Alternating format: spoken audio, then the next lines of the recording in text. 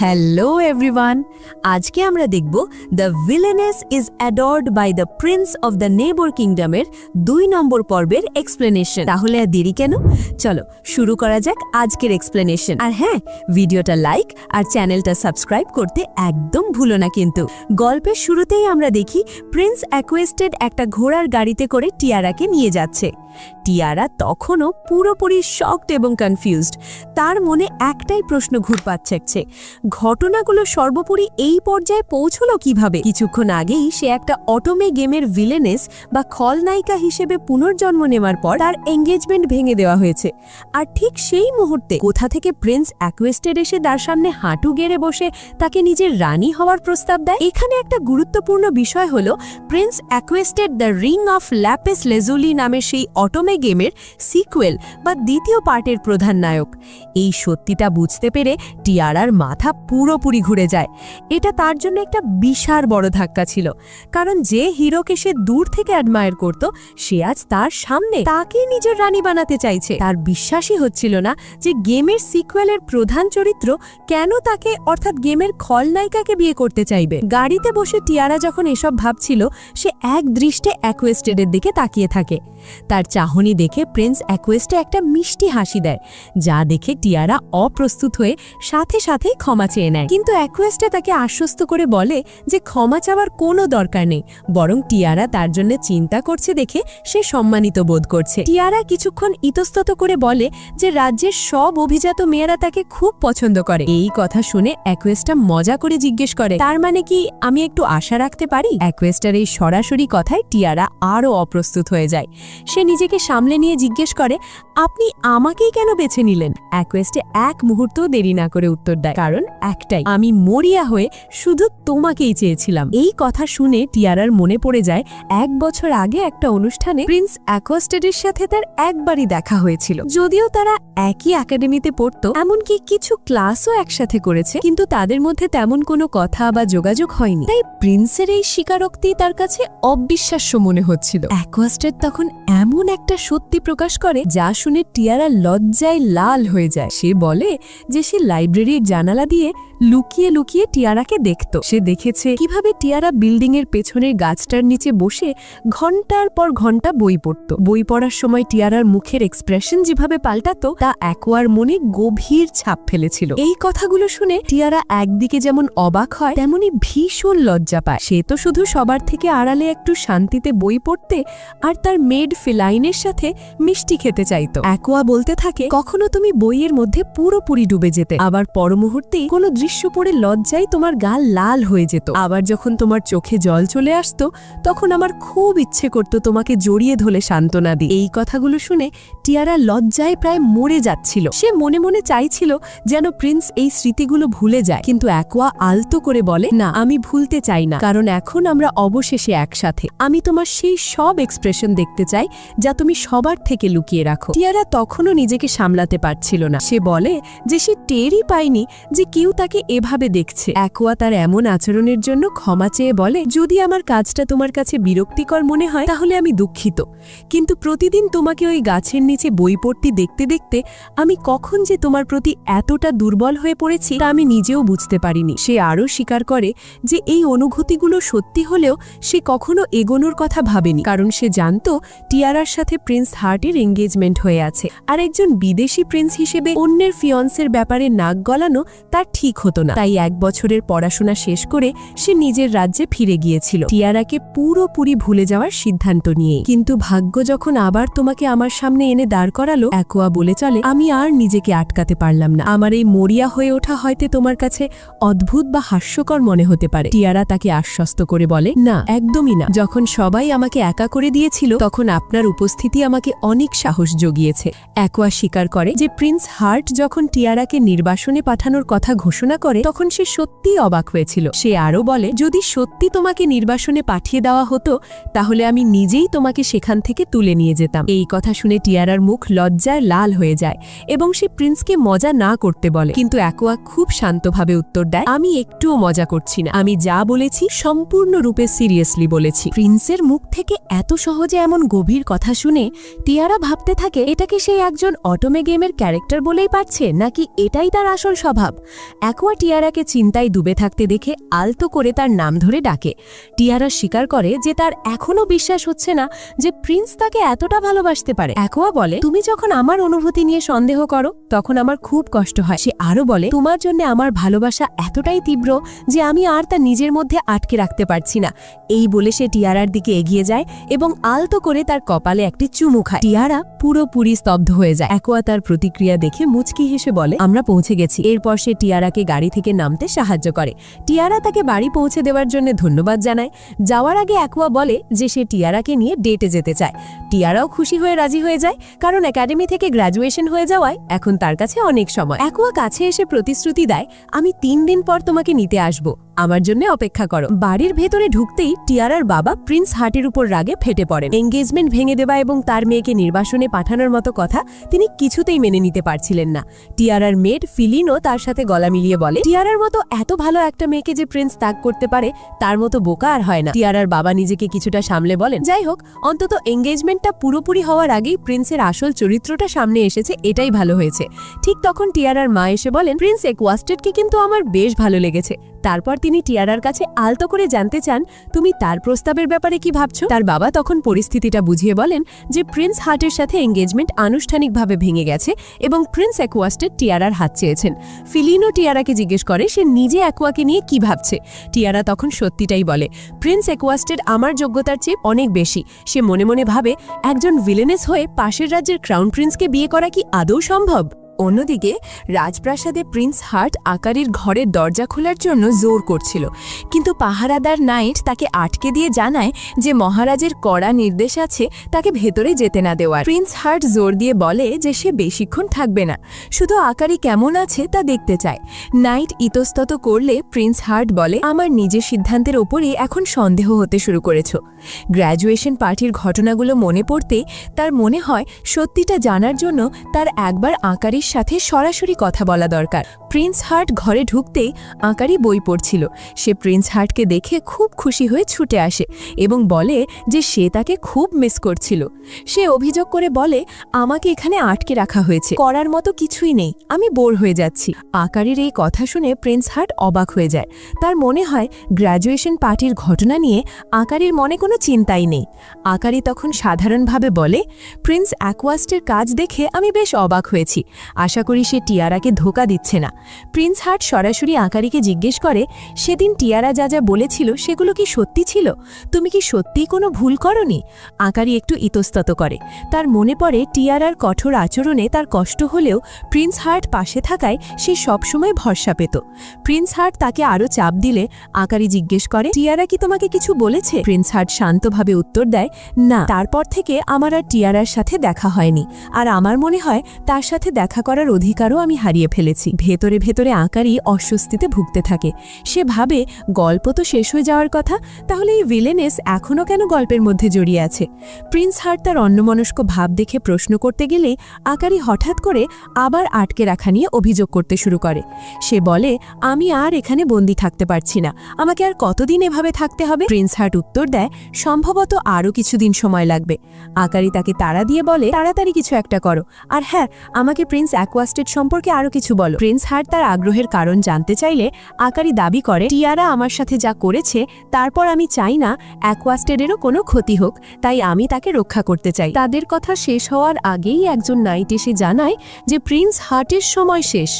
আকারি তাকে যেতে বারণ করলেও নাইট জোর করে প্রিন্স হার্টকে ঘর থেকে বের করে নিয়ে যায়। ঘরের বাইরে এসে প্রিন্স হার্ট মনে মনে ভাবে, আমি হয়তো এমন একটা ভুল করে ফেলেছি যা আর কখনো শোধরানো যাবে না। এরপর সিন শিফট হয় আর আমরা দেখি রাতে নিজের ঘরে বিছানায় শুয়ে টিয়ারা ভাবছিল, গ্র্যাজুয়েশন ইভেন্ট শেষ হওয়ার সাথে সাথেই তো গেমের সব ঘটনা শেষ হয়ে যাওয়ার কথা, কিন্তু এখন কি হবে? সে জানে প্রিন্স অ্যাকুয়াস্টেড হলো গেমের সিকুয়েলের প্রধান চরিত্র, তাই সে অর্থাৎ ভিলেনেস কিভাবে তার রানী হতে পারে তা সে কল্পনাও করতে পারছিল না। তার মনে একটা ভয় কাজ করছিল, যদি এই সিকুয়েলেরও কোনো হিরোইন থাকে তাহলে প্রিন্স হার্টের মতো অ্যাকুয়ার মনও হয়তো একদিন বদলে যাবে। হঠাৎ বাইরে একটা হালকা শব্দ শুনে টিয়ারা চমকে ওঠে। সে বিছানা থেকে উঠে জানালার কাছে যেতেই দেখে চাঁদের আলোয় প্রিন্স অ্যাকোয়াস্টেড নিচে দাঁড়িয়ে আছে। অ্যাকোয়া তাকে শান্তভাবে সম্ভাষণ জানিয়ে রাতের আকাশের সৌন্দর্য দেখতে বলে। টিয়ারা অবিশ্বাস্য চোখে ব্যালকনিতে বেরিয়ে এসে জিজ্ঞেস করে, আপনি এখানে? অ্যাকোয়া এত রাতে আসার জন্য ক্ষমা চেয়ে বলে, হঠাৎ করেই চলে এলাম, কিন্তু তোমাকে আমার কিছু দেখানোর ছিল। সে জিজ্ঞেস করে, তুমি কি ফেয়ারি স্টার ফেস্টিভ্যালের কথা জানো? টিয়ারা জানায় যে সে এই উৎসবের কথা শুনেছে। অ্যাকোয়া বলে, আমি তোমাকে সেটাই দেখাতে চেয়েছিলাম। টিয়ারা অবাক হয়ে মনে মনে ভাবে, ফেয়ারি স্টার ফেস্টিভ্যাল তো দ্য রিং অফ লেপিস লেজমলি গেমের একটা বিশেষ ইভেন্ট, যা হিরোইন তার সবচেয়ে কাছের চরিত্রের সাথে উপভোগ করে, কিন্তু এই উৎসব তো এখন হওয়ার কথা নয়। তার ভাবনার মাঝেই অ্যাকোয়া তার ম্যাজিক ব্যবহার করে, আর সাথে সাথে তাদের চারপাশে ঠান্ডা বাতাস বইতে শুরু করে। শীতে টিয়ারা কেঁপে উঠলে অ্যাকোয়া আলতো করে নিজের কোটটা তার কাঁধে জড়িয়ে দেয়। টিয়ারা কৃতজ্ঞতার হাসি দিয়ে তাকে ধন্যবাদ জানায় এবং চিন্তিত গলায় বলে যে এতে প্রিন্সের ঠান্ডা লেগে যেতে পারে। অ্যাকোয়া তাকে আশ্বস্ত করে বলে যে সে ঠিক থাকবে। এরপর সে আরও কাছে এসে টিয়ারার কাঁধে হাত রেখে বলে, যদি আমার আচরণ একটু বেশি খোলা মনে হয় তাহলে আমি দুঃখিত। টিয়ারা ইতস্তত করে স্বীকার করে যে সে সত্যিই খুব খুশি। এই কথা শুনে অ্যাকোয়া আবার তার নাম ধরে ডাকে এবং ঝুঁকে এসে বলে, আমারও একই অনুভূতি হচ্ছে, মনে হচ্ছে যেন আমি এমন একটা সীমা পার করছি যা আমার করা উচিত নয়। টিয়ারা লজ্জায় কিছু বলতে পারছিল না। ঠিক তখন অ্যাকোয়া তার মনোযোগ আকাশের দিকে আকর্ষণ করে বলে, ওপরে তাকাও। তাদের মাথার ওপরে ফেয়ারি স্টার ফেস্টিভ্যাল তার সমস্ত উজ্জ্বলতা নিয়ে উদ্ভাসিত হয়। এই অসাধারণ দৃশ্য দেখে টিয়ারা মুগ্ধ হয়ে যায়। অ্যাকোয়া তাকে উপভোগ করতে দেখে সন্তুষ্টি প্রকাশ করে। টিয়ারা যখন তার দিকে ফিরে তাকায়, সে প্রিন্সের সোনালি চোখের গভীরে হারিয়ে যায়, যা তার তারার মতো জ্বলজ্বল করছিল। যাই হোক, পরদিন সকালে ব্রেকফাস্টের সময় রাজা প্রিন্স হার্টকে বলেন যে তিনি খবর পেয়েছেন প্রিন্স হার্ট লেডি আকারের সাথে দেখা করতে গিয়েছিল। প্রিন্স হার্ট নিজের দোষ স্বীকার করে ক্ষমা চায়। তার বাবা জিজ্ঞেস করেন, এই সাক্ষাতের পর তুমি কি কিছু বুঝতে পেরেছ? প্রিন্স হার্ট স্বীকার করে, আমি কোনো প্রশ্ন না করেই আকারীকে বিশ্বাস করেছিলাম। এখন বুঝতে পারছি আমার লেডি টিয়ারা রোজ কি বিশ্বাস করা উচিত ছিল। তার বাবা তখন এমন একটি তথ্য প্রকাশ করেন যা শুনে প্রিন্স হার্ট নির্বাক হয়ে যায়। তিনি বলেন, টিয়ারাও ঠিক একই কথা বলেছে। রাজা জানান যে তিনি টিয়ারার কাছে তার কষ্টের জন্য ক্ষমা চেয়েছিলেন, কিন্তু টিয়ারার মনে প্রিন্স হার্টের জন্য কোনো ক্ষোভ ছিল না, বরং সে বলেছে তার উচিত ছিল প্রিন্স হার্টের সাথে আরও খোলামেলাভাবে কথা বলা।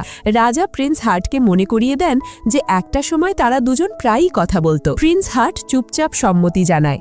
তার মনে পড়ে যায় একাডেমির সেই দিনগুলোর কথা যখন টিয়ারা পড়াশোনায় অবহেলার জন্য তাকে বকা দিত, নার্ভাস থাকলে তাকে সাহস জোগাত এবং ক্রাউন প্রিন্স হিসেবে আত্মবিশ্বাসের সাথে চলার জন্য উৎসাহ দিত। সে এখন বুঝতে পারে টিয়ারার প্রত্যেকটা বকুনি আসলে তাকে পথ দেখানোর একটা উপায় ছিল। তার বাবা ব্যাখ্যা করেন, টিয়ারার প্রত্যেকটা কথা রাজ্যের ভবিষ্যৎ এবং ক্রাউন প্রিন্স হিসেবে তোমার ভূমিকার কথা ভেবেই বলা ছিল। প্রিন্স হার্ট অবশেষে বুঝতে পারে। সে স্বীকার করে, আমি কখনো বুঝতেই পারিনি সে আমার জন্য এতটা চিন্তা করত।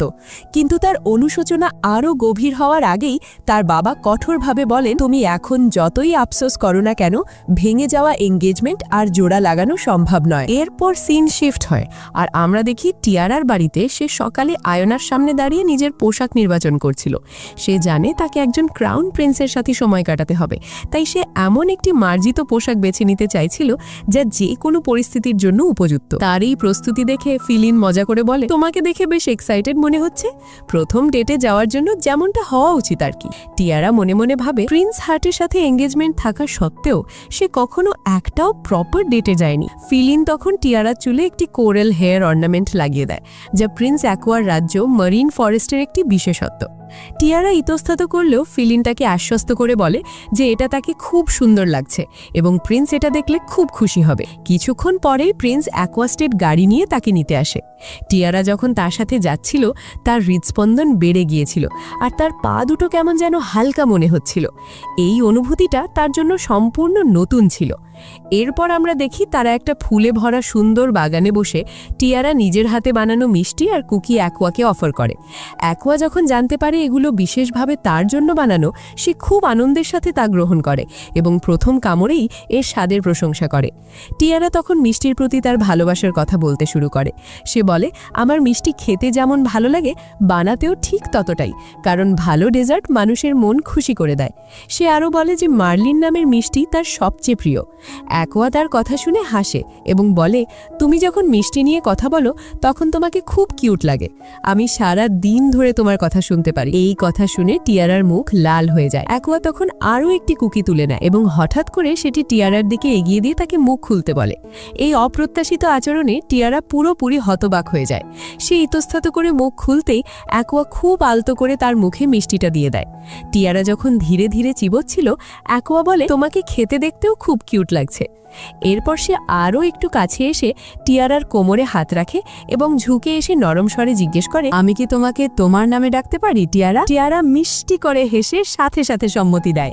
অ্যাকোয়া খুব খুশি হয়ে বলে, তাহলে তুমিও আমাকে অ্যাকোয়া বলে ডেকো। টিয়ারা যখন তাকে অ্যাকোয়া বলে ডাকে, সে বুঝতে পারে এই নামে এমন একটা অনুভূতি আছে যা প্রিন্স হার্টের মুখে সে কখনো পায়নি। অ্যাকোয়া তখন টিয়ারাকে শক্ত করে জড়িয়ে ধরে এবং বলে, আমি যে কতটা খুশি তা বলে বোঝাতে পারবো না। এই ঘটনায় টিয়ারা ঘাবড়ে যায়। সে মনে মনে ভাবে, এত কাছে থাকলে তো প্রিন্স তার হৃদস্পন্দন ঠিকই টের পেয়ে যাবে। কিন্তু পর মুহূর্তে সে অবাক হয়ে খেয়াল করে অ্যাকোয়ার নিজের হার্টবিটও ঠিক ততটাই দ্রুত চলছে। লজ্জায় সে পিছিয়ে গেলে অ্যাকোয়া ক্ষমা চেয়ে বলে, আমি হয়তো একটু বেশি তাড়াতাড়ি করে ফেলছি। তারপর সে নরম হাসি দিয়ে বলে, তোমাকে দেখে মনে হচ্ছে তুমি একটা সুইট কিসের অপেক্ষায় আছো। এই বলে সে টিয়ারার হাতে একটি নরম চুমু খায় এবং স্বীকার করে, যদিও আমি ভেবেছিলাম আমরা ধীরে ধীরে এগোবো, অনেকগুলো ডেট করব, কিন্তু তোমার এত কাছে থাকলেই নিজেকে সংযত রাখা অসম্ভব। যাই হোক, এরপর অ্যাকোয়া তখন টিয়ারার কাছে একটি ছোট আবদার করে। সে চায় টিয়ারা তাকে একটি কুকি খাইয়ে দিক।